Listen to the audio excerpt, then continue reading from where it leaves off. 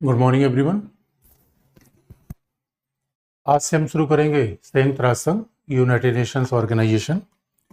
और देखो बच्चे, संयुक्त राष्ट्र संघ एक नया प्रयोग है, क्योंकि अभी तक इंटरनेशनल पॉलिटिक्स में जब भी हम बात करते हैं तो राष्ट्रीय हित, शक्ति का संघर्ष, सत्ता का संघर्ष, जब भी इंटरनेशनल पॉलिटिक्स में हम बात करते हैं तो ऐसा लगता है कि पावर स्ट्रगल। लेकिन अब दुनिया में देखो, अब अगर सब शक्ति के लिए ही मारामारी करेंगे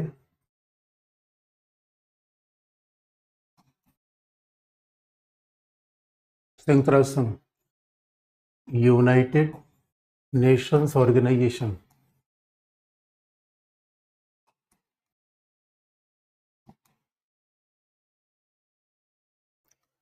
अगर दुनिया में सब शक्ति की मारामारी ही करेंगे तो जरा सोच के देखो। अभी तक तो हमने यही कहा कि अंतर्राष्ट्रीय राजनीति हितों का खेल है, हितों का संघर्ष है। प्रत्येक राज्य अपने हित पूरा करना चाहता है, दूसरे को पीछे करना चाहता है। अब जरा सोच के देख लो, अगर ऐसे ही दुनिया मारामारी मस्ती रही तो आज की दुनिया में परमाणु बम है। इसलिए अगर रसिया सोचे कि हम यूक्रेन को हड़प लें, फिर उसके बाद रसिया अगर सोच रहा है कि यूक्रेन को हड़प ले, उसके बाद चाइना सोच रहा है ताइवान को हड़प ले, और कल यही सोच ले कि इंडिया किसी छोटे देश को हड़प ले, तो दुनिया में तो फिर दोस्तों अराजकता मच जाएगी। यानी दुनिया के चलाने के सिद्धांत के दो तरीके हैं। एक तो है कि जिसके हाथ में लाठी उसी की भैंस, माइट इज राइट। दुनिया को चलाने का पहला तरीका है माइट इज राइट, जिसके हाथ में लाठी उसी के हाथ में भैंस। लेकिन बच्चों, दूसरा तरीका है कि जिसके हाथ में लाठी होगी तो हो सकता है आज कोई और पावरफुल हो, कल कोई और पावरफुल हो जाए, तो फिर तो लड़ाई हमेशा चलती रहेगी। और सबसे बड़ी बात है, आज की दुनिया में जिस तरीके से परमाणु बम के ज़माने में हम हैं, तो सच मानो दोस्तों, संघर्ष सभी का अंतिम विनाश कर देगा। अब आप कहोगे बच्चों कि आप आज मैं इथिकल हो रहा हूँ, नैतिक हो रहा हूँ। तो देखो, हकीकत की बात है, देखो मानवता का संचालन तो नैतिकता से होना चाहिए। अच्छा, कई बार बच्चों को लगता है, कई बार बच्चे जिम हम जाते हैं, जिम गए, एक्सरसाइज कर लिए, सिक्स पैक वगैरह बना लिया। आजकल बच्चे सिक्स पैक बनाते हैं। लेकिन बच्चों याद रखना, सिक्स पैक बनाने के लिए हम पैदा नहीं हुए। मानवता की मूल शक्ति बाहुबल में नहीं है, मानवता की मूल शक्ति शरीर बनाने में नहीं है। क्योंकि ध्यान से देखो, अगर हमारी मूल शक्ति शरीर बनाने में होती, बाहुबल में होती, सारे जानवर मानव से शक्तिशाली हैं। हाथी, टाइगर, एलिफेंट, लॉयन, वेल। इसलिए बच्चों, मानव का मतलब ये नहीं है कि लड़ना, ये तो पुष्प की विशेषता है। ये बहुत इंटरेस्टिंग पार्ट है। लड़ना पशु की विशेषता है, मानव की नहीं। और कई बार तो पुष्प बिला वजह लड़ते रहते हैं। कई बार देखो, एक एक डॉगी दूसरे डॉगी को अपने मोहल्ले में नहीं आने देता, पता नहीं जमीन की रजिस्ट्री करा रखी है, क्या उसको प्रॉब्लम है। इसलिए बच्चों, अगर दुनिया में लड़ाई हो रही है, संघर्ष हो रहा है, इसका मतलब है मानवता के विकास में अभी भी कोई खामी है। ये बहुत महत्वपूर्ण बात है। जिस दिन मानवता का सर्वोच्च विकास हो जाएगा, उस दिन लड़ाई अपने आप बंद हो जाएगी। तो लड़ाई होने के मूल कारण क्या है? मानवता के विकास में खामी है। और हमें मानवता का विकास कैसे करना है, शांति कैसे स्थापित करनी है? संयुक्त राष्ट्र संघ के द्वारा। क्योंकि बच्चों, आप देखो, अब कैसे कैसे हम मानवता का विकास कैसे कैसे कैसे ऐतिहासिक झंझातों से हुआ। इसलिए पहले वर्ल्ड वार के बाद पूरी दुनिया ने सोचा क्यों न एक ऐसी संगठन बनाई जाए जो मानवता की शांति की स्थापना कर सके। तो राष्ट्रीय लीग बना। और ये हम आप हिस्ट्री में पढ़ते हैं, बार बार वर्ल्ड वार, कोल्ड वार, ये सब हिस्ट्री जिन लोगों ने पढ़ा होगा या जो नहीं बाद में पढ़ेंगे। लेकिन बच्चों याद रखना, सेकेंड वर्ल्ड वार जब हुआ तो ऐसा लगा कि यूरोप पूरा जल गया। यही कहा जाता है कि यूरोप के हर तीसरे घर से एक शव निकला, और पूरा यूरोप इस बात पे स्तब्ध हो गया कि हमने लड़ाई किस बात के लिए की थी। भाई, वही लड़ाई हुई थी पोप के खिलाफ, चर्च के खिलाफ, यानी प्रकृति के खिलाफ।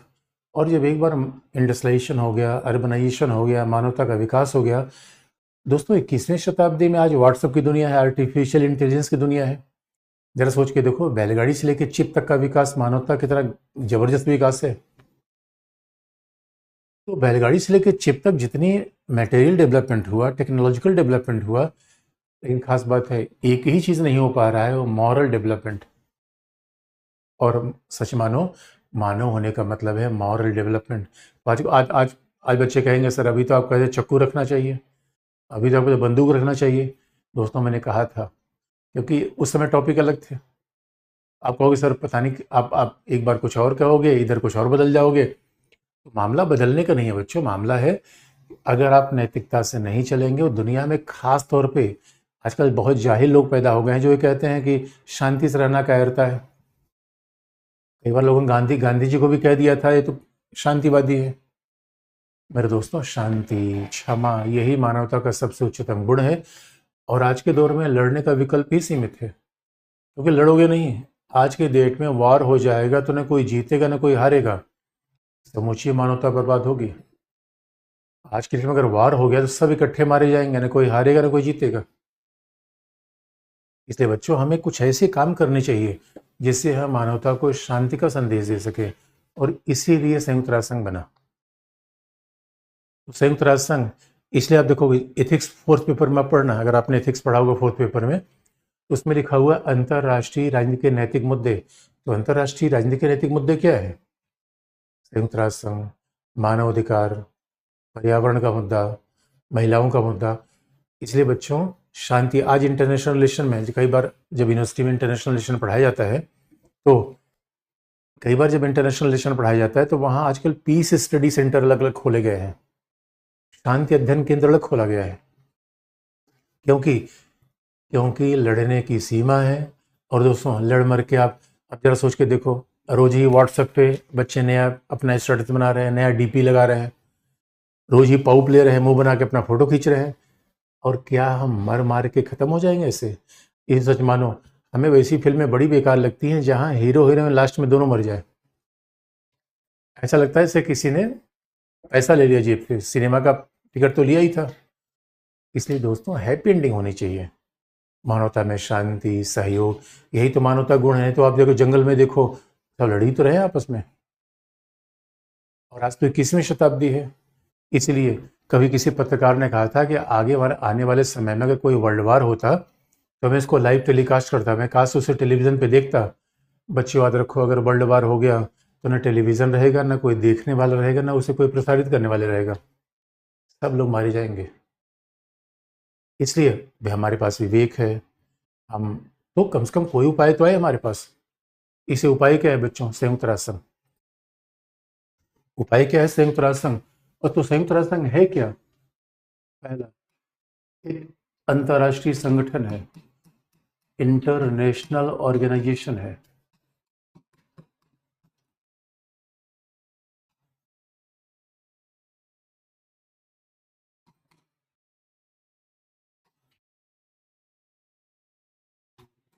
संयुक्त राष्ट्र संघ एक इंटरनेशनल ऑर्गेनाइजेशन है, एक अंतर्राष्ट्रीय संगठन है। अंतर्राष्ट्रीय संगठन का मतलब है संयुक्त राष्ट्र संघ के मंच पे तमाम राष्ट्र राज्य इकट्ठे हैं। संयुक्त राष्ट्र संघ के मंच पे तमाम राष्ट्र राज्य आपस में सहयोग कर रहे हैं। और अगर यह एक अंतर्राष्ट्रीय संगठन है, अगर ये एक इंटरनेशनल ऑर्गेनाइजेशन है, तो स्वाभाविक रूप में इसका मूल काम क्या है? राज्यों के बीच सहयोग। इसका मूल काम क्या है? राज्यों के बीच सहयोग, कोऑपरेशन एमॉन्ग द स्टेट। इसका मूल काम क्या है? विवादों का शांतिपूर्ण समाधान,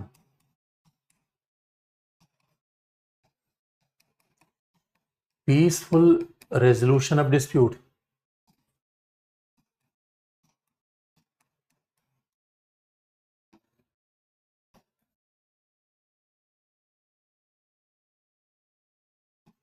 विवादों का शांतिपूर्ण समाधान, पीसफुल रेजोल्यूशन ऑफ डिस्प्यूट। संयुक्त राष्ट्र संघ एक इंटरनेशनल ऑर्गेनाइजेशन है, तो काम क्या है इसका? राज्यों के बीच cooperation, peaceful resolution of dispute. यानी बच्चों देखो, संयुक्त राष्ट्र संघ ये नहीं कहता कि हम दुनिया में झगड़ों को ही खत्म कर देंगे। संयुक्त राष्ट्र संघ का दावा ये नहीं है कि वो विवाद को ही खत्म कर देगा। उसका दावा क्या है? विवादों का शांतिपूर्ण समाधान। संयुक्त राष्ट्र संघ का मूल उद्देश्य क्या है? कि विवादों का शांतिपूर्ण समाधान। इसका मतलब है कि कोई विवाद कैसा होना चाहिए, वो पीसफुल रिजॉल्व होना चाहिए, विवादों का शांतिपूर्ण समाधान होना चाहिए। यानी भाई हथियारों से, भाई डिप्लोमेसी, विवाद का शांतिपूर्ण समाधान कैसे होगा? लोकतांत्रिक तरीके से। अब देखो चुनाव में क्या होता है, विवादों का शांतिपूर्ण समाधान ही तो है, दो दल आते हैं, विचारधारा आती है, फिर विवाद होता है। और हिंसक समाधान कैसा होता है, कोई हमारे खिलाफ बोले उसको मार के बैठा दो, कोई हमारे खिलाफ बोले उसको गोली मार दो, विवादों का हिंसक समाधान है। तो ऐसा थोड़ी है कि दुनिया में समस्या ही नहीं रहेंगी। दोस्तों, ये कल्पना करना कि हम दुनिया को विवादों से मुक्त कर देंगे, हम दुनिया में डिस्प्यूट ही खत्म कर देंगे, कॉन्फ्लिक्ट खत्म कर देंगे, ये हमारी रोमांटिक कल्पना है, ये साकार नहीं हो सकती। प्रैक्टिकल बात क्या है, आप विवादों का शांतिपूर्ण समाधान कर सकते हो, पीसफुल रेजोल्यूशन कर सकते हो, न कि आप कहोगे कि हम विवादों को ही खत्म कर देंगे। और सवाल है कैसे पीसफुल रेजोल्यूशन करोगे, क्योंकि संयुक्त राष्ट्र संघ का प्रिंसिपल क्या है, संयुक्त राष्ट्र संघ का बेसिक प्रिंसिपल क्या है? इसलिए बच्चों, दो तरीके हैं। संयुक्त राष्ट्र संघ का बेसिक प्रिंसिपल क्या है? दुनिया को चलाने के दो तरीके हैं, एक तो जस्टिस, दूसरा पावर। अब पावर से समस्या क्या है, आज कोई और पावरफुल है, कल कोई और पावरफुल है, और दुनिया में हर राज्य एक जैसे पावरफुल नहीं रहेंगे। अगर दुनिया पावर से चलेगी तो हमेशा अस्थिरता रहेगी, समस्या रहेगी। अगर दुनिया न्याय से चलेगी तो सभी को अपना हिस्सा मिलेगा, सभी को सभी के साथ शांति रहेगी। इसलिए बच्चों, संयुक्त राष्ट्र संघ के निर्माण का मूल प्रिंसिपल क्या है? पहला, सभी राज्यों की संप्रभुता समान है। The sovereignty of every state is equal.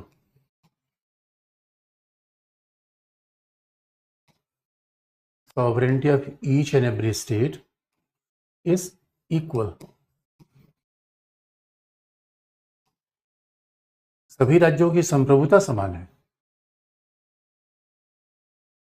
सभी राज्यों की सॉवरेंटी इक्वल है, संप्रभुता समान है। इसका मतलब है, हम बात ध्यान रखने की है, सभी राज्य शक्ति में समान नहीं है। अमेरिका महाबली है, रवांडा बुरुंडी कमजोर है, लेकिन संप्रभुता का मतलब है कि ये नहीं है कि एक राज्य बहुत बड़ा होगा। ये कीवर्ड है बच्चों, यानी संयुक्त राष्ट्र संघ, ये इसी के तरह रूल बेस्ड वर्ल्ड ऑर्डर। भाई संयुक्त राष्ट्र संघ जो नियम बनाता है, संयुक्त राष्ट्र संघ क्या एक इंस्टीट्यूशन है। और बार बार देखोगे बच्चों, जैसे हमारे यहाँ क्या है, जैसे हमारे यहाँ क्या है, जब दो पक्षों के बीच झगड़ा होता है तो झगड़े हल करने के तमाम तरीके, इलेक्शन कमीशन है, जुडिशरी है। वैसे दुनिया के बीच अगर झगड़ा हो जाए तो संयुक्त राष्ट्र संघ का प्रिंसिपल क्या है? Recognising equal sovereignty of every state. तो क्या छोटा क्या बड़ा, जैसे हमारे होता है ना, विधि के समक्ष समानता, इक्वलिटी बिफोर लॉ। जैसे हमारे विधि के समक्ष समानता होता है, वैसे संयुक्त राष्ट्र संघ में क्या है? सभी राज्यों की संप्रभुता समान है। इसका दूसरा लॉजिकल मतलब होता है, अगर सभी राज्यों की संप्रभुता समान है, कोई भी राज्य दूसरे के मामले में हस्तक्षेप नहीं करेगा। हस्तक्षेप शब्दों को ध्यान सुनो बच्चों, नॉन इंटरवेंशन।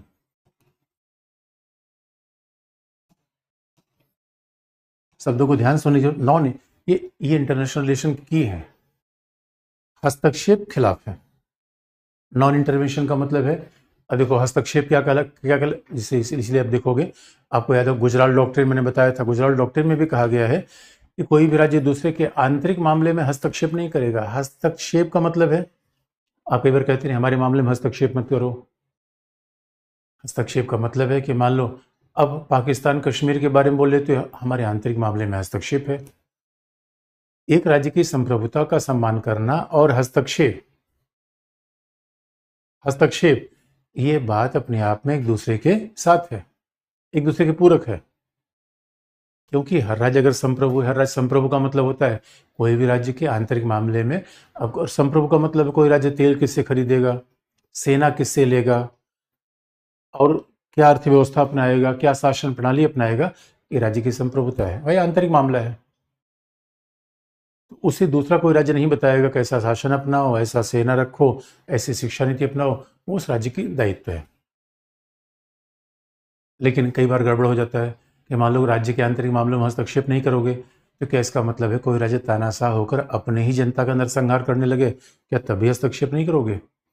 तब थोड़ा संयुक्त राष्ट्र संघ के सामने संकट आता है, और संयुक्त राष्ट्र संघ ने कई बार हस्तक्षेप किया है।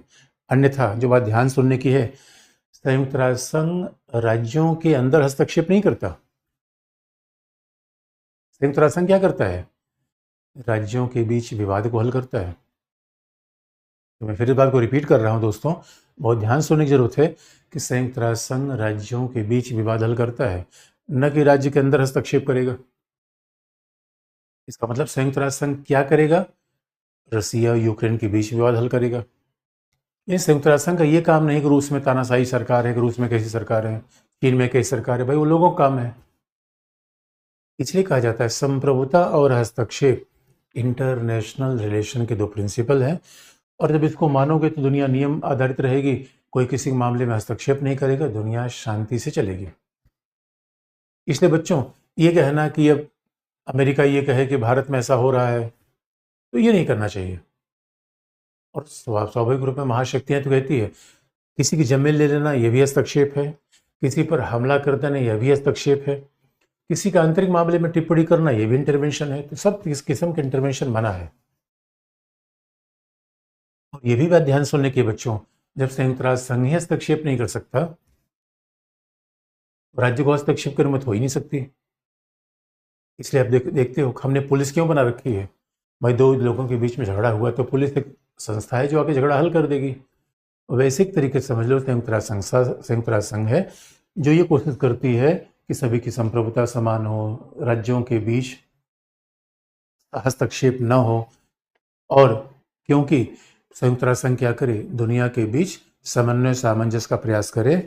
और अगर मान लो कोई राज्य हस्तक्षेप करता है, इसे संयुक्त राष्ट्र संघ का प्रिंसिपल क्या है? संयुक्त राष्ट्र संघ बहुपक्षवाद को बढ़ावा देता है, मल्टीलेटरलिज्म।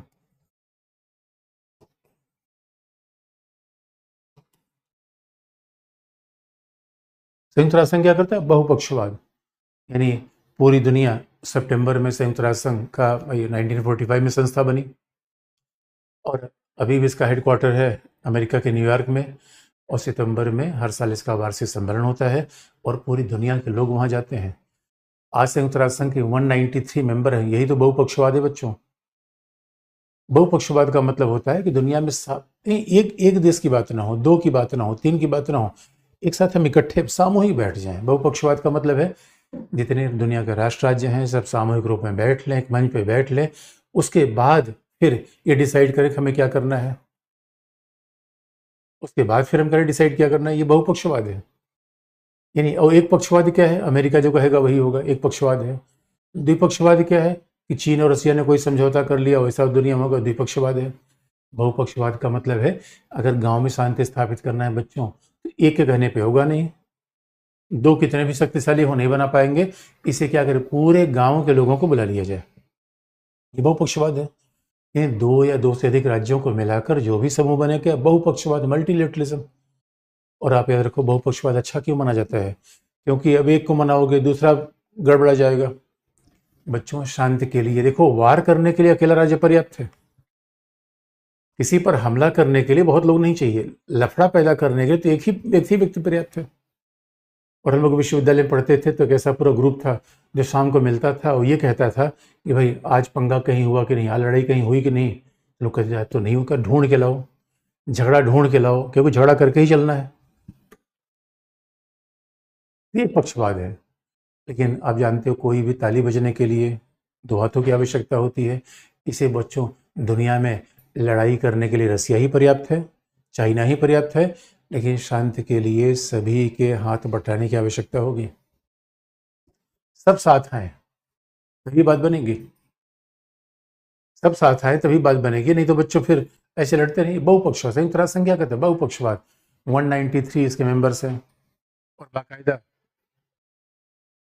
बाकायदा इसमें फिर आपस में कोऑपरेशन चलता रहेगा। और ये बहुपक्षवाद ये नहीं है, बल्कि संयुक्त राष्ट्र संघ क्या करता है?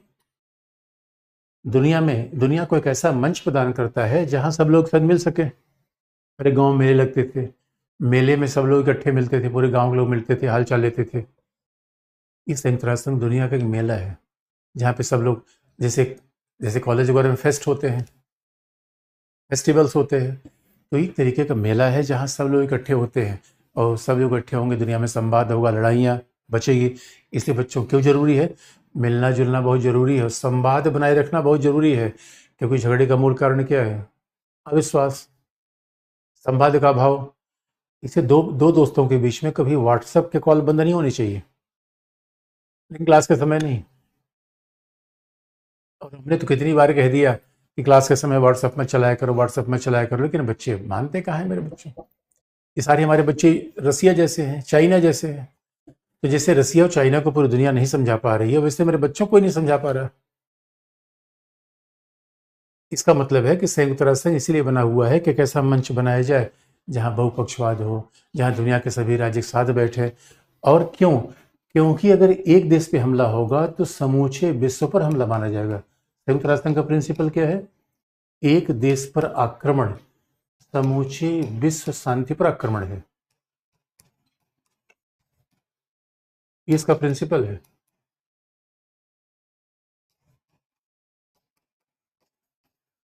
अगर इसका मतलब है संयुक्त राष्ट्र संघ का प्रिंसिपल क्या है? अगर रूस ने हमला कर दिया यूक्रेन पे, तो यूक्रेन पे हमला नहीं है, प्रभुता पर हमला है, शांति पर हमला है, संयुक्त राष्ट्र संघ के मूल सिद्धांतों पर हमला है, न्याय पर हमला है। तो एक ही बात से तमाम बात निकल जाती है। यही तो विषय के समझने का मतलब है। एक ही शब्द से तमाम मुद्दे निकल जाते हैं। इसलिए मामला केवल वार का नहीं है बच्चों। अब सवाल यह है कि पूरी दुनिया को इकट्ठा होके रूस के खिलाफ जाना चाहिए। संयुक्त राष्ट्र संघ का प्रिंसिपल तो ये कहता है, संयुक्त राष्ट्र संघ का प्रिंसिपल ये कहता है कि अगर किसी दबंग व्यक्ति ने गांव किसी कमजोर आदमी को मार दिया, पूरे गांव इकट्ठा हो जाना चाहिए उस दबंग व्यक्ति के खिलाफ। क्योंकि अगर सारा गांव इकट्ठा नहीं होगा तो कल एक पीटा, दूसरा कल दूसरा पीटेगा, कल तीसरा पीटेगा। लेकिन दोस्तों यही समस्या है कि आप देखोगे शेर जब जंगल में भैंसों को मार देता है तो सोचो भैंसे कितने झुंड में होते हैं, कितने पावरफुल होते हैं, इकट्ठा नहीं हो पाते। शेर अकेले भैंसे को मार देता है, जबकि भैंसे की वजन ताकत शेर की तुलना में कई गुना ज्यादा है। इसका मतलब बच्चों अकेले अकेले रहोगे सब मारे जाओगे। इसलिए सामूहिक रूप में आ जाइए। क्योंकि अगर आप ये सोच रहे हो कि आज रसिया यूक्रेन पे हमला कर रहा है, ऐसे ही बच्चों दुनिया में जब हिटलर मुसोलिनी ने एक एक देश में हमला करना शुरू किया तो दुनिया में यूरोप तब चौंका जब हिटलर ने पोलैंड पे हमला कर दिया। उसके पहले यूरोप को क्या लगता था, यार कोई बात नहीं है, हिटलर हिटलर हमारे ऊपर हमला थोड़ी कर रहा है। इसलिए बच्चों अगर हॉस्टल में कोई एक बच्चा पिट रहा है और आप खिड़की से देख के झांक के फिर अपनी खिड़की बंद कर दे रहे हो और क्या सोच रहे हो, अरे कोई बात नहीं, तो हमसे क्या फर्क है? अगले दिन आपका भी नंबर आएगा मेरे बच्चों, तो अगले दिन आपका नंबर बिल्कुल आएगा। इसलिए कहा भी जाता है कि दुनिया में कैसा होना चाहिए, एक पर हमला सभी पर हमला, एक देश पर हमला। इसलिए संयुक्त राष्ट्र संघ का मूल प्रिंसिपल क्या है? One for all for one. यानी अगर संयुक्त राष्ट्र संघ के ऊपर कोई एक हमला कर दे, सारे देशों को इकट्ठा हो जाना चाहिए और पूरे देशों को संयुक्त राष्ट्र संघ को अपनी सेना देनी चाहिए कि भाई उस देश की रक्षा की जाए। ये संयुक्त राष्ट्र संघ का बेसिक प्रिंसिपल है। यानी अब आपको देखता होगा, आप कहोगे सर ये बताओ, अगर आप यही सब बता रहे हो तो आखिर में यूक्रेन बच क्यों नहीं पाया? क्योंकि दोस्तों हकीकत की बात यह है, संयुक्त राष्ट्र संघ का जितना प्रिंसिपल है वो इस ऐसा लगता है कि ऐसा होना चाहिए, हो नहीं रहा। यही फर्क है। और नैतिकता में यही तो होता है, ऐसा होना चाहिए। तो यही समस्या आ जाती है, हम तो कह रहे हैं ऐसा होना चाहिए, अब नहीं हो पा रहा है तो क्या किया जाए? फिर भी देखो, इसलिए इसलिए किसी पुलिस स्टेशन में जाके देखो क्या लिखा होता है, सत्यमेव जयते। लेकिन उसी थाने में सत्य कुट रहा है, पिट रहा है और लिखा है सत्यमेव जयते। Ultimately truth prevails. इसलिए बच्चों संयुक्त राष्ट्र संघ क्या है, किसकी कहानी बताता है? ये नैतिकता कहानी बताता है। लेकिन अब थोड़ा इसकी संस्थाओं की बात कर लें, दुनिया में शांति की स्थापना कैसे करेगा, इसकी इकाइयाँ क्या है, इसके अंग क्या हैं, एजेंसी क्या है, तभी तो बात बनेगी बच्चों। क्योंकि अभी तो बात बड़ी अमूर्त लग रही है, आपको लगता है ये तो इथिक्स वाली क्लास चल गई कि दुनिया में शांति होनी चाहिए, नैतिकता। और आप कहोगे सर अभी तो आप राष्ट्रीय हित पावर की बात कर रहे थे, अभी शांति नैतिकता की बात करने लगे। क्योंकि बच्चों अगर दुनिया में शांति रहेगी तभी सभी के हित पूरे होंगे। याद रखना, अगर फिलिस्तीन चलेगा दुनिया भी प्रभावित होगी, यूक्रेन जलेगा यानी मोहल्ले में कहीं आग लग जाए, और पूरी दुनिया क्या है दोस्तों, बड़ा सा मोहल्ला ही तो है। अगर मोहल्ले में कहीं आग लग जाए और ये सोच रहे हैं कि आँच आप तक नहीं आएगी, तो नहीं, वो फायर ब्रेकआउट तो होगा। आप तक भी आ जाएगी। इसलिए प्रयास किया गया कि सामूहिक रूप में लोग मिलें, शांति को बचाएं, डेमोक्रेसी को। इसलिए बच्चों देखो विश्लेषण क्या है कि यूनाइटेड नेशन क्या है, डेमोक्रेसी की बात करता है, ह्यूमन राइट्स की बात करता है, विवादों के शांतिपूर्ण समाधान की बात करता है। और ये बहुत बड़ी बात इसलिए बच्चों, अंतर्राष्ट्रीय राजनीति का इतिहास 1648 की वेस्टफैलिया ट्रीटी से माना जाता है। अगर 1648 की वेस्टफैलिया ट्रीटी से आज तक मान लें तो अंतर्राष्ट्रीय राजनीति का इतिहास बच्चों पुराना हो गया 300 साल। लेकिन अंतर्राष्ट्रीय संगठनों का इतिहास महज 75 साल पुराना है। तो ये एक बड़ी उपलब्धि है, कम से कम ऐसा हमने सोचा तो। इसलिए आप कहोगे कि संयुक्त राष्ट्र में खामी दोस्तों है ही है, लेकिन एक ऐसी संस्था बनी तो जहां दुनिया के हर राज्य बैठेंगे। क्योंकि संयुक्त राष्ट्र संघ ऐसा मंच बना बच्चों जहां हर महाद्वीप का देश, हर विचारधारा का देश, हर शासन प्रणाली का देश, गरीब अमीर सब एक साथ बैठते हैं, पूरी पूरी दुनिया एक साथ बैठती है। ये आइडिया तो इनोवेटिव है। और आप याद रखोगे जब भी कहीं बैठेंगे, कॉफ़ी शॉप पे, कॉफ़ी टेबल पे, तो बातचीत होगी, संवाद होगा, संवाद से रास्ते हल हो जाएंगे। इसलिए किसी के साथ झगड़ा हो जाए तो उसका नंबर ब्लॉक नहीं करना चाहिए। हो सकता है कभी गलती से ही मैसेज आ जाए, सिलसिला शुरू हो जाए, नंबर ही ब्लॉक कर दिया, नंबर डिलीट कर दिया, फिर तो रास्ते ही खत्म हो गए। यही तो डिप्लोमेसी है बस। तो कम्युनिकेशन चैनल ओपन होने चाहिए। तो अब आप कहोगे संयुक्त राष्ट्र संघ ये संगठन के रूप में कैसे काम करता है, तो प्रिंसिपल है इसका। अगर संयुक्त राष्ट्र संघ को हम देखें कि इसका ऑर्गेनाइजेशन कैसा है, तो बच्चों संयुक्त राष्ट्र संघ एक बैनियन ट्री की तरह है, बरगद का वृक्ष।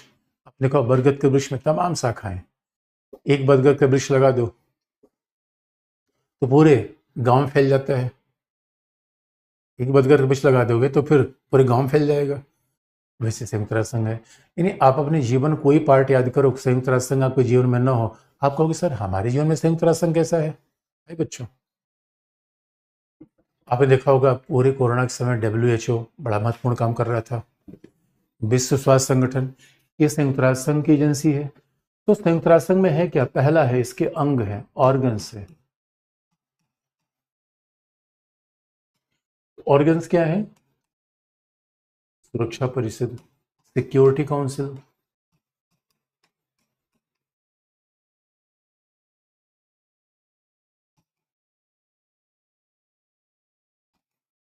फिर दूसरा ऑर्गन क्या है, महासभा, general assembly,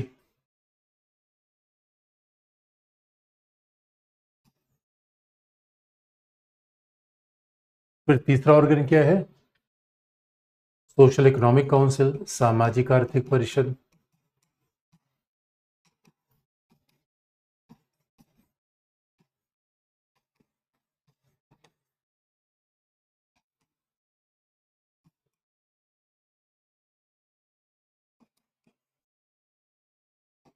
social economic council. फिर क्या है, अंतर्राष्ट्रीय न्यायालय, इंटरनेशनल कोर्ट ऑफ जस्टिस। उसके बाद ट्रस्टीशिप काउंसिल, संरक्षकता परिषद,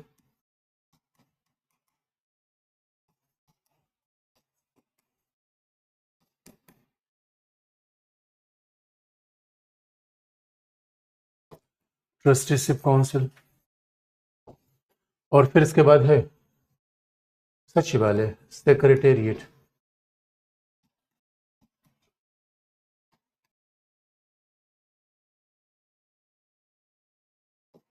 सेक्रेटेरिएट बच्चों ये संयुक्त राष्ट्र संघ के तमाम अंग है। इसके इसलिए देखो अब ये अंग कैसे काम करते हैं, लेकिन उसके पहले आपको फिर बता दें, एक अंग है, दूसरा एजेंसी है। एजेंसी है, इसलिए हमने कहा बच्चों संयुक्त राष्ट्र संघ बरगद के वृक्ष की तरह है। अभी थोड़ा इन अंगों के बारे में आपको बता देंगे कि कैसे ये दुनिया में शांति की स्थापना में। क्यों पर्पस तो एक ही है बच्चों, संयुक्त राष्ट्र संघ का पर्पज है दुनिया में शांति की स्थापना करना। तो चाहे एजेंसी हो चाहे अंग हो, सब उसी तरीके से काम करते हैं। इसलिए संयुक्त राष्ट्र संघ केवल प्रिंसिपल नहीं बताता, सिद्धांत नहीं बताता, संगठन भी है। क्योंकि दोस्तों ये बात जरूरी है, मान लो कोई प्रिंसिपल हम बनाना चाहते हैं, निरंकारियों का अपना प्रिंसिपल है, लेकिन उसके लिए एक ऑर्गेनाइजेशन भी तो होना चाहिए जो प्रिंसिपल को फैलाए। जब तक ऑर्गेनाइजेशन नहीं होगा तब तक प्रिंसिपल कैसे फैलेगा। इसलिए बच्चों एजेंसी क्या है, जैसे कि तमाम एजेंसियां हैं, जो कुछ महत्वपूर्ण आपको बता दें, उतना ही नहीं, बड़ी सारी एजेंसियां हैं। विश्व स्वास्थ्य संगठन WHO,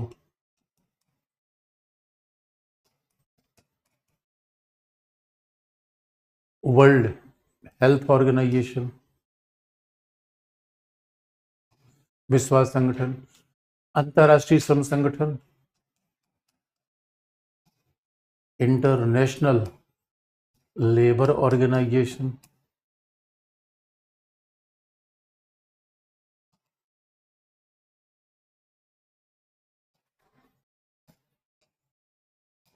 international labour organisation, UNESCO, united nation scientific cultural organisation, UNESCO, संयुक्त राष्ट्र संघ,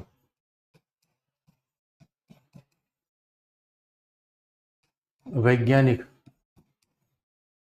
सांस्कृतिक संगठन,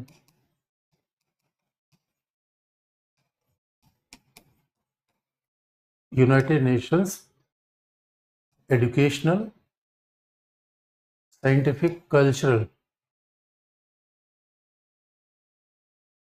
ऑर्गेनाइजेशन, यूनाइटेड नेशंस एजुकेशनल शैक्षिक वैज्ञानिक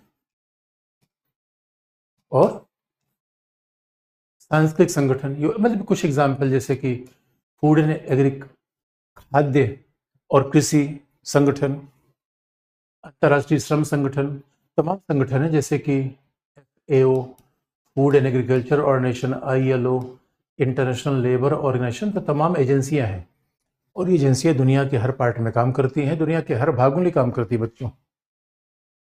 और खासतौर पे मान लो कोरोना आया था, COVID-19 में WHO की बड़ी भूमिका थी।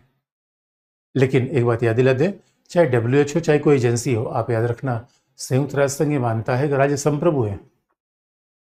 इसलिए आप याद रखना, राज्य संयुक्त राष्ट्र संघ को पैसा कौन देता है? सदस्य राज्य। तो संयुक्त राष्ट्र संघ को भारत या अमेरिका जैसे राज्य समझने की गलती मत करना बच्चों। संयुक्त राष्ट्र संघ कोई दुनिया की सरकार नहीं है, क्योंकि संयुक्त राष्ट्र संघ दुनिया की सरकार पर निर्भर है। संयुक्त राष्ट्र संघ के पास पैसा कहाँ से आएगा? इतना एजेंसी है, कार्यक्रम है, कोर्स है, इतने अधिकारी हैं, तो पैसा चाहिए। संयुक्त राष्ट्र संघ के पास जो पैसा है वो सारे 193 मेंबर स्टेट देते हैं। संयुक्त राष्ट्र संघ की अपनी कोई जमीन थोड़ी है, वो न्यूयॉर्क के भूभाग में स्थित है, अमेरिका में स्थित है। इसलिए बच्चों संयुक्त राष्ट्र संघ एक अंतर्राष्ट्रीय संगठन है, वह कोई अंतर्राष्ट्रीय सरकार नहीं जो मर्जी वही कर लेगी। इसलिए अगर सवाल आ जाएगा WHO कह रहा था कि भैया कोरोना कहाँ से निकला, हम जांच करेंगे। चीन ने कहा बेकार की बात मत करो, बैठो। इसलिए बच्चों मामला ये है कि WHO ना तो दवाई बनाता है, ना दवाई कीमत तय करता है। अरे मेडिकल इंस्ट्रूमेंट थोड़ी बनाता है, WHO हॉस्पिटल थोड़ी चलाता है। ये सब काम तो राज्यों के है। WHO करता क्या है? विभिन्न राज्यों के बीच कोऑपरेशन करता है, सहयोग करेगा। और मान लो कोई बीमारी है, पोलियो जैसी बीमारी हटाई जानी है, तो उसके लिए राज्यों को सहायता देगा। इन्हें WTO क्या करता है? एक विशेषज्ञ संगठन है जो विभिन्न राज्यों को कुछ हेल्प दे देगा, पैसे के रूप में, चिकित्सा की सुविधा दे देगा, एक्सपर्टीज दे देगा, और दुनिया के तमाम बीमारियों को रोकने के लिए राज्यों के बीच कैसे सहयोग किया जाए ये काम करेगा। क्योंकि आप याद रखना, संयुक्त राष्ट्र संघ राज्यों के आंतरिक मामले में हस्तक्षेप नहीं कर सकता, कुछ अपवाद के अलावा, जहां मानव नरसंहार हो जाए। मान लो कि म्यांमार कोई सैनिक शासन है, वो अपनी जनता को ही पीटने लगे, तो वहां तो संयुक्त राष्ट्र संघ का इंटरवेंशन होगा। इसलिए बच्चों चाहे WHO चाहे कोई संगठन हो, उसकी खामी वही तो होगी। अब लोग ब्लेम करते हैं WHO ने कुछ काम नहीं किया, कोरोना कैसे फैलता रहा।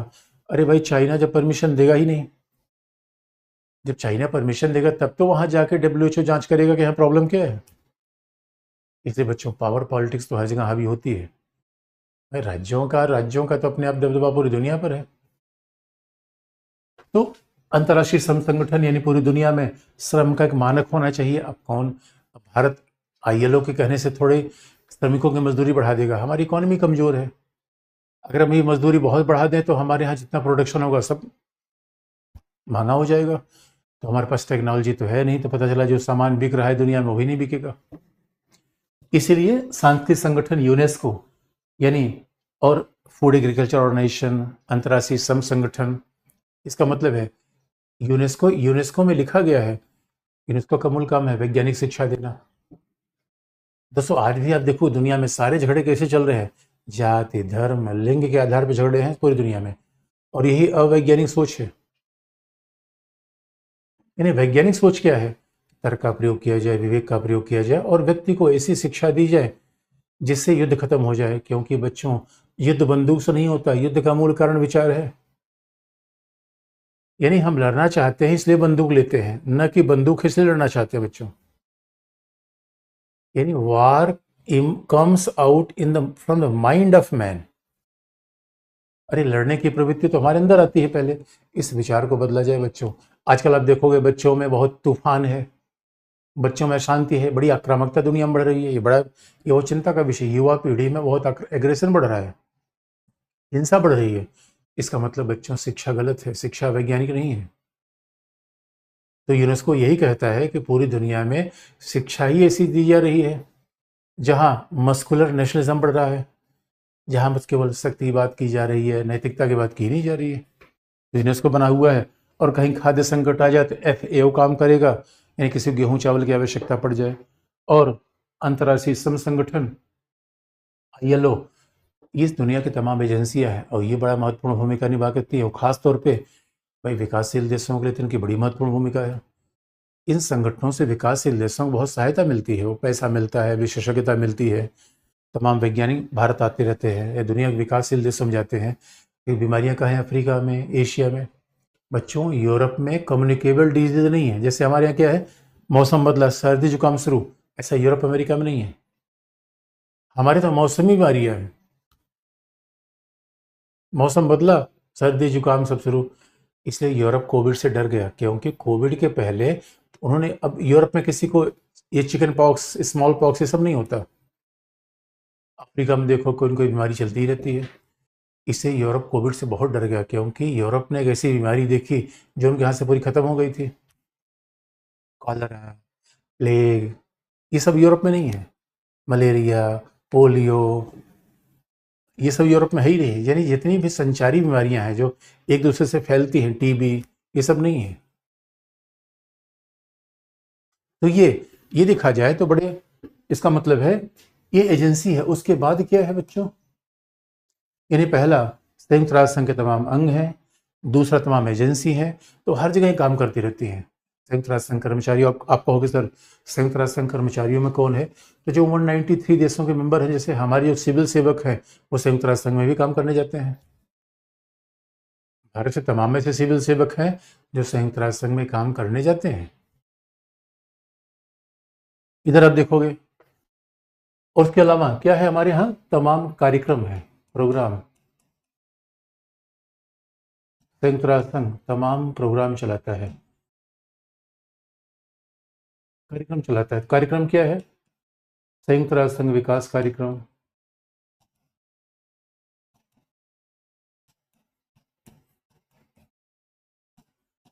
यूनाइटेड नेशन डेवलपमेंट प्रोग्राम, संयुक्त राष्ट्र संघ विकास कार्यक्रम, संयुक्त राष्ट्र संघ पर्यावरणीय कार्यक्रम,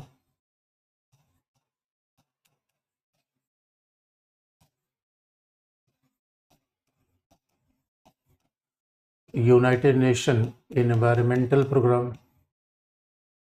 तो ये सारे उसके कार्यक्रम हैं और कई कोर्स हैं।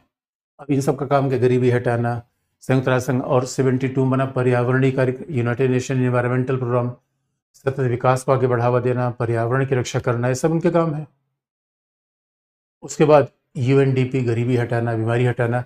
इसलिए आप देखोगे बच्चों, संयुक्त राष्ट्र संघ सामाजिक आर्थिक रूप में विकासशील देशों में ज्यादा काम करता है।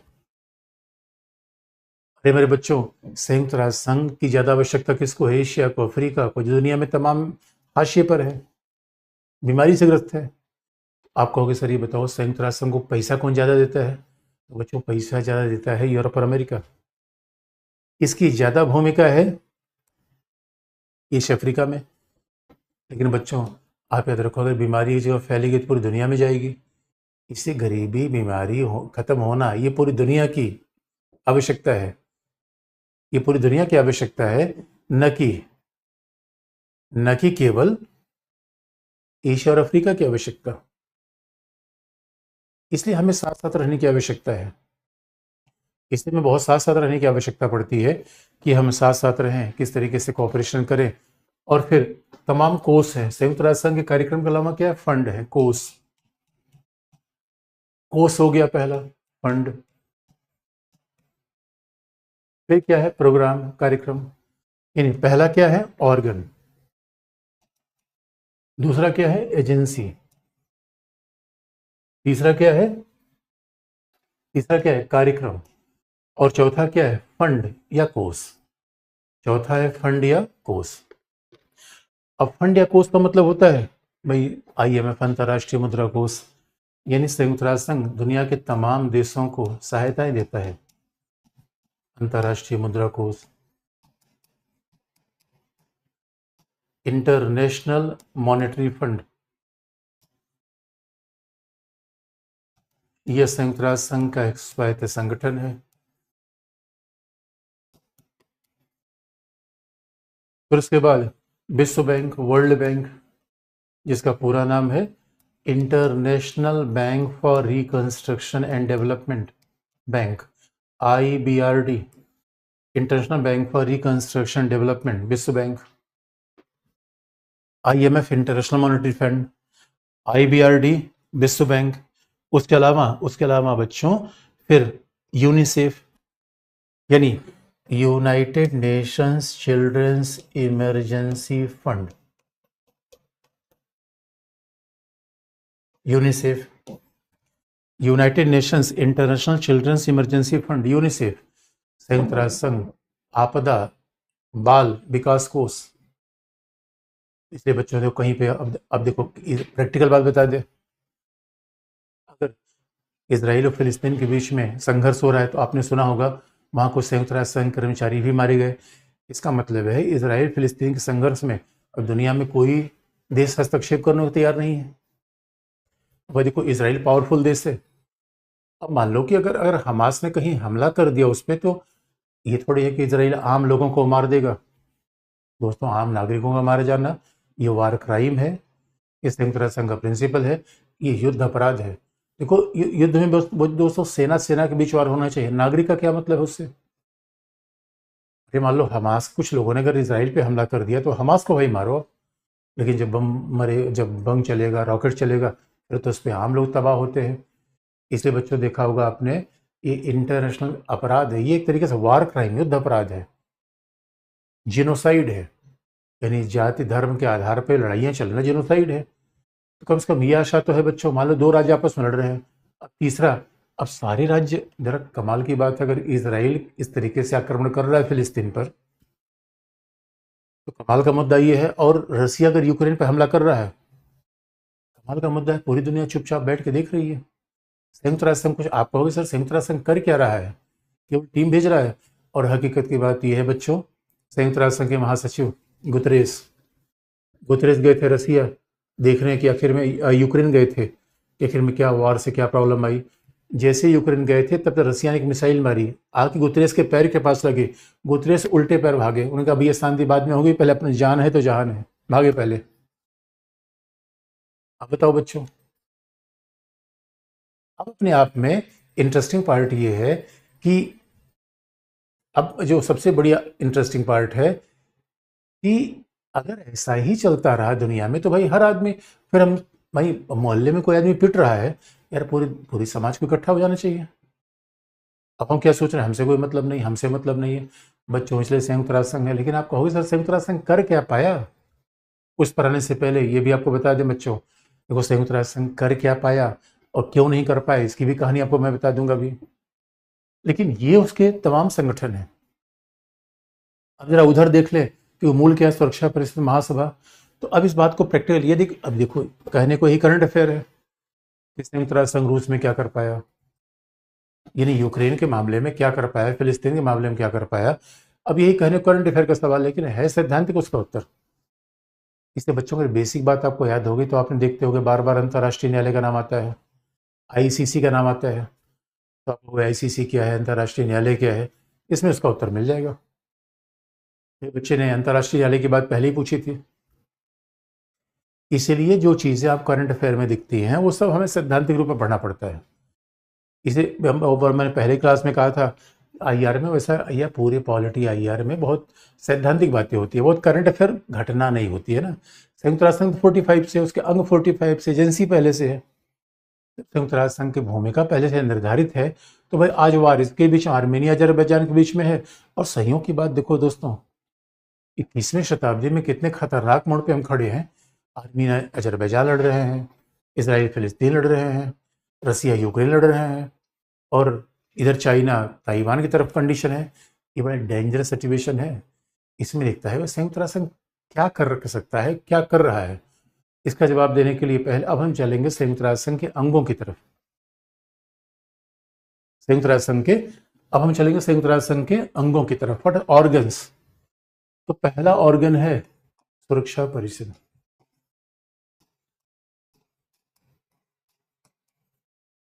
संयुक्त राष्ट्र संघ का पहला महत्वपूर्ण ऑर्गन कौन है बच्चों?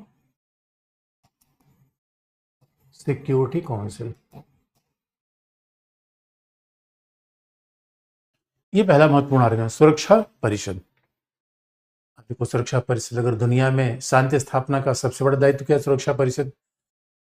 आप सुरक्षा परिषद को ऐसे देख लो जैसे सरकार में कैबिनेट की भूमिका होती है, वैसे संयुक्त राष्ट्र संघ में सुरक्षा परिषद की भूमिका है। सुरक्षा परिषद को मूल दिया गया है, शांति स्थापना का दायित्व किसको दिया गया है? सुरक्षा परिषद को। अब जरा देखिए सुरक्षा परिषद का मूल कार्य क्या है? विश्व में शांति स्थापना करना, ensuring peace in this world, शांति स्थापित करना।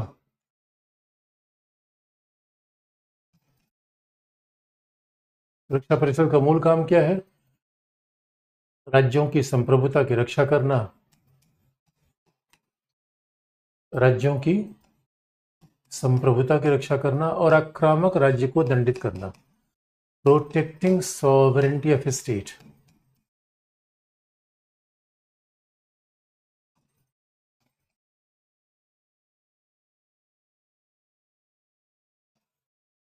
और पेनलाइजिंग द एग्रेसर, आक्रामक राज्य को दंडित करना। आक्रामक का मतलब जो हमला कर रहा है, आक्रामक राज्य को दंडित करना, यानी पनिशिंग, पेनलाइजिंग द एग्रेसिव स्टेट और war making state.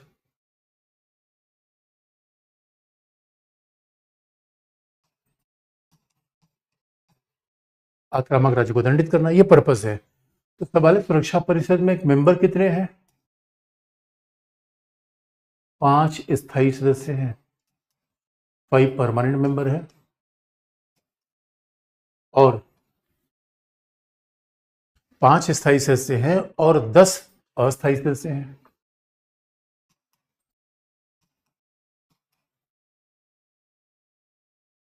Five permanent members हैं और 10 नॉन परमानेंट। तो आप देखोगे यानी 5 P5, 5 परमानेंट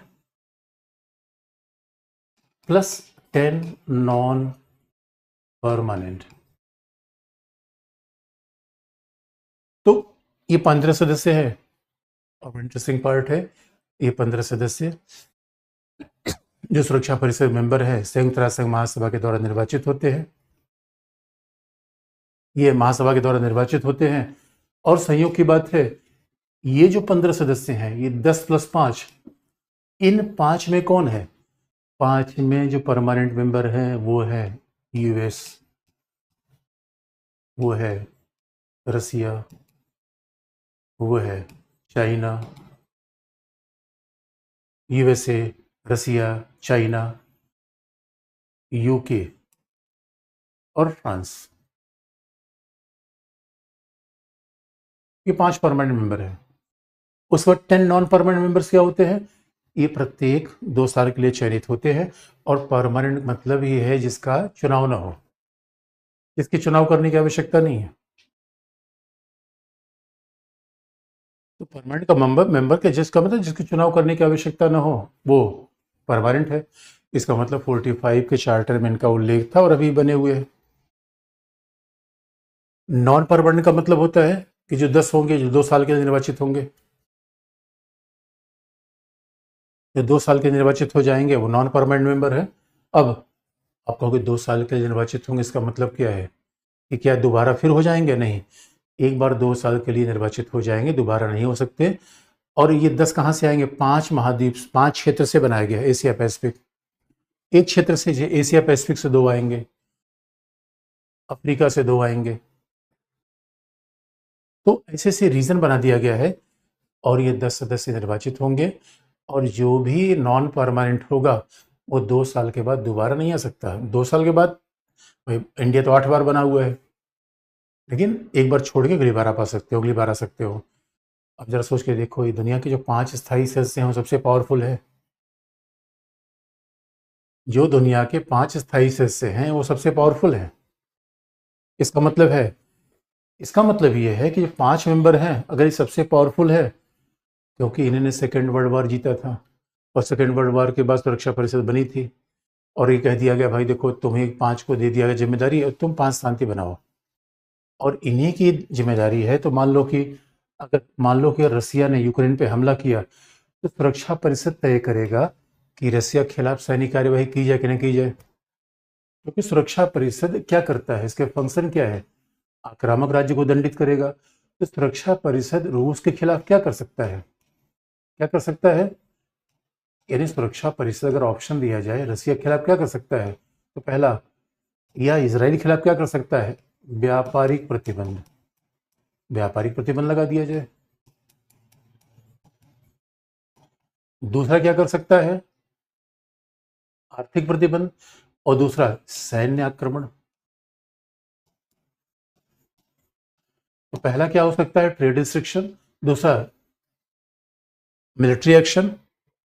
लेकिन इसके सवाल ये है, सुरक्षा परिषद के 15 सदस्यों में से 9 सदस्यों का समर्थन आवश्यक है और उन 9 में किसी स्थायी का वीटो नहीं होना चाहिए। Support of 9 is essential. तो 15 में आपको 9 का समर्थन होना चाहिए और 9 में कम से कम ये इंश्योर करना है कि आपका होगा 9 में 5 या 10, 9 में स्थायी हो अस्थायी उससे कोई फर्क नहीं पड़ता, लेकिन जो स्थायी है उसमें 5 में से कोई एक नो न कहे। जो 5 परमानेंट मेंबर जो स्थायी है इसमें से कोई एक नो नहीं कहना चाहिए, सब क्या कहने चाहिए? यस। इसलिए बात कही जाती है कि सुरक्षा परिषद में कोई निर्णय कब से लिया जाएगा? 9 सदस्यों के समर्थन से। 9 सदस्यों के समर्थन से निर्णय लिया जाएगा तो स्वाभाविक रूप में 9 में उसमें से कोई भी 5 अगेंस्ट नहीं होना चाहिए, भले वो 5 शामिल ना हो, उसे चल जाएगा, आपको अब्सेंट भी चल जाएगा। अगर 5 में से एक ने ना कह दिया इसे कहते हैं वीटो, लोकप्रिय नाम है वीटो। यानी संयुक्त राष्ट्र संघ के चार्टर में ये वीटो शब्द का प्रयोग नहीं है। संयुक्त राष्ट्र संघ का चार्टर मतलब संयुक्त राष्ट्र संघ का संविधान, संयुक्त राष्ट्र संघ का संविधान। इसलिए मेरे बच्चों आप याद रखना, ये संयुक्त राष्ट्र संघ निर्णय लेता है, इसलिए संयुक्त राष्ट्र संघ का जो भी निर्णय होता है उसमें कोई भी परमानेंट मेंबर के खिलाफ निर्णय हो ही नहीं पाएगा। अब जरा सोच के देख लो, संयुक्त राष्ट्र संघ के इन 9 में एक रसिया तो ही है। अब रसिया के खिलाफ जब भी कोई सुरक्षा परिषद निर्णय लेगा रसिया वीटो कर देगा। इसलिए संयुक्त राष्ट्र संघ का काम है शांति स्थापना करना। यह शांति स्थापित करने का मूल दायित्व सुरक्षा परिषद को दिया गया है, लेकिन सुरक्षा परिषद की समस्या यह है कि उसके हर निर्णय में वो 9 परमानेंट मेंबर होने चाहिए। इसलिए सुरक्षा परिषद के परमानेंट मेंबर के खिलाफ कोई कार्यवाही संभव नहीं है। तो बच्चों यही दुनिया की शक्ति की राजनीति है। आप कहोगे सर ये कौन सी बात है, राज्यों की संप्रभुता समान है। वही तो आपने बताया था, राज्यों की संप्रभुता समान है। क्या मतलब 5 राज्य दूसरे से ज्यादा बड़े हैं क्या? ये कौन सी बात है? तो बच्चों देखो ये लोकतांत्रिक सवाल उठता है, नहीं हकीकत यह है दुनिया में जो शक्तिशाली होता है शक्ति का प्रिंसिपल संयुक्त राष्ट्र संघ में भी चलता है।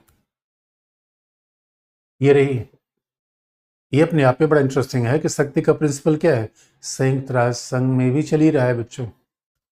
इसलिए 5 स्थायी को बनाया गया है। अब कई जगह इसका मतलब महाशक्तियों के खिलाफ फेल हो जाता है ये, और इसीलिए आप देखोगे ये सुरक्षा परिषद इजराइल के खिलाफ भी काम नहीं कर पाई। क्यों? क्योंकि मान लो कि एक तो पहला पार्ट है कि 5 के खिलाफ कोई काम नहीं हो सकता। पहला 5 के खिलाफ संयुक्त राष्ट्र संघ सुरक्षा परिषद कार्य नहीं कर सकता, पहला ऑप्शन है। और अगर इन 5 ने बाकी को समर्थन कर दिया तो उसके खिलाफ काम नहीं कर सकता। इसलिए अब देखो, आतंकवाद के मामले पर कई बार इंडिया प्रस्ताव लेकर गया सुरक्षा परिषद में कि पाकिस्तान के इन समूहों को आतंकवादी संगठन घोषित कर दिया जाए। चीन ने पाकिस्तान के फेवर में वोट दे दिया तो कुछ नहीं हुआ, लेकिन चीन ने पाकिस्तान के फेवर में वीटो कर दिया। इसलिए बच्चों, संयुक्त राष्ट्र संघ कुल मिला के शांति स्थापना में विफल हो गया है। अब ये समस्या संयुक्त राष्ट्र संघ की नहीं है, ये समस्या पावर पॉलिटिक्स की है। ये समस्या पावर पॉलिटिक्स की है बच्चों, ये समस्या संयुक्त राष्ट्र संघ की थोड़ी है। क्योंकि अब सवाल है कि देखो, तो टीबी की समस्या नहीं बच्चों, टीबी में क्या दिख रहा है, दिखाने वाली समस्या है। टीबी तो माध्यम मात्र है।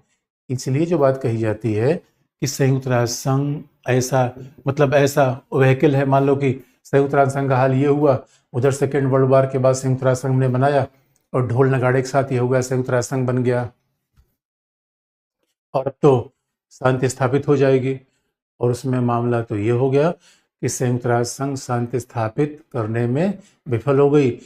वो ठीक वैसे जैसे नई नई बाइक हम लाए खरीद के, और नई बाइक को किक मारा स्टार्ट ही नहीं हो रही है, तो संयुक्त राष्ट्र संघ बच्चों नॉन स्टार्टर हो गया। और क्यों? महाशक्तियों ने फेल कर दिया, आज भी उसे फेल कर रहे हैं। लेकिन आप कहोगे सर क्या कोई, अब मान लो कि कहीं सैनिक, इसका मतलब है फिर तो कोई काम हो ही नहीं पाएगा। तो उत्तर है हाँ, एक ही स्तर पे संयुक्त राष्ट्र संघ काम कर सकता है जब राज्य अपने राष्ट्रीय हितों को छोड़कर शांति की बात करें, और वो संभव नहीं दिखता। राज्य सारे अपने हितों को छोड़कर दुनिया में शांति की बात करने लगेंगे, संभव तो दिखता नहीं बच्चों, ये संभव नहीं दिखता। इसीलिए सारी समस्या की जड़ यहाँ पे उत्पन्न होती है। सारी समस्या की जड़ यही उत्पन्न होती है कि यार संयुक्त राष्ट्र संघ कभी काम ही नहीं कर पाता। लेकिन बच्चों, इसमें हैरान होने की बात नहीं है। इसलिए बार बार कहा जा रहा है कि रिफॉर्म रिफॉर्म रिफॉर्म। ये बार बार क्या कहा जा रहा है? सुरक्षा परिषद को रिफॉर्म किया जाए, संयुक्त राष्ट्र सुरक्षा परिषद में भारत जैसे स्थायी मेंबर में लिया जाए, इसके काम को बढ़ावा दिया जाए। नहीं तो बच्चों, दुनिया में से मारामारी चलती रहेगी और सब आपस में ही लड़ मर खत्म हो जाएंगे। तो अब सवाल है कि सुरक्षा परिषद में रिफॉर्म किया कैसे जाए, क्यों किया जाए? इसी का उत्तर है, देखो आप, इसी का उत्तर तो है कि सुरक्षा परिषद क्यों काम नहीं कर पाती, किसके खिलाफ व्यापारिक प्रतिबंध। जैसे एग्जाम्पल है, सुरक्षा परिषद ने व्यापारिक प्रतिबंध लगा रखा है नॉर्थ कोरिया पे, लेकिन नॉर्थ कोरिया का सबसे अच्छा दोस्त कौन है? चाइना। तो चाइना उसको समर्थन दे रहा है, सुरक्षा परिषद भी बेकार। महासत्ता के खिलाफ लग ही नहीं सकता, पाकिस्तान है चाइना का दोस्त। इसी दुनिया में आज भी राज्य अपने हितों के लिए ही काम करते हैं बच्चों, इसलिए अंतर्राष्ट्रीय संगठन गड़बड़ा जाता है, इसलिए अंतर्राष्ट्रीय संगठन गड़बड़ होता है। अब इसमें रिफॉर्म क्या किया जाए बच्चों, ये बात हम करेंगे दूसरा। अब रिफॉर्म क्या किया जाए ये अगली क्लास में आपको बता देंगे। यानी 1-2 क्लास अभी आईआर की और बाकी रहेगी, बाकी तो हमने खत्म ही लगभग कर दिया है, बस 1-2 क्लास अभी बाकी है और बच्चों अगली क्लास में आपको बता देंगे। आज के लिए इतना ही, थैंक यू बच्चों।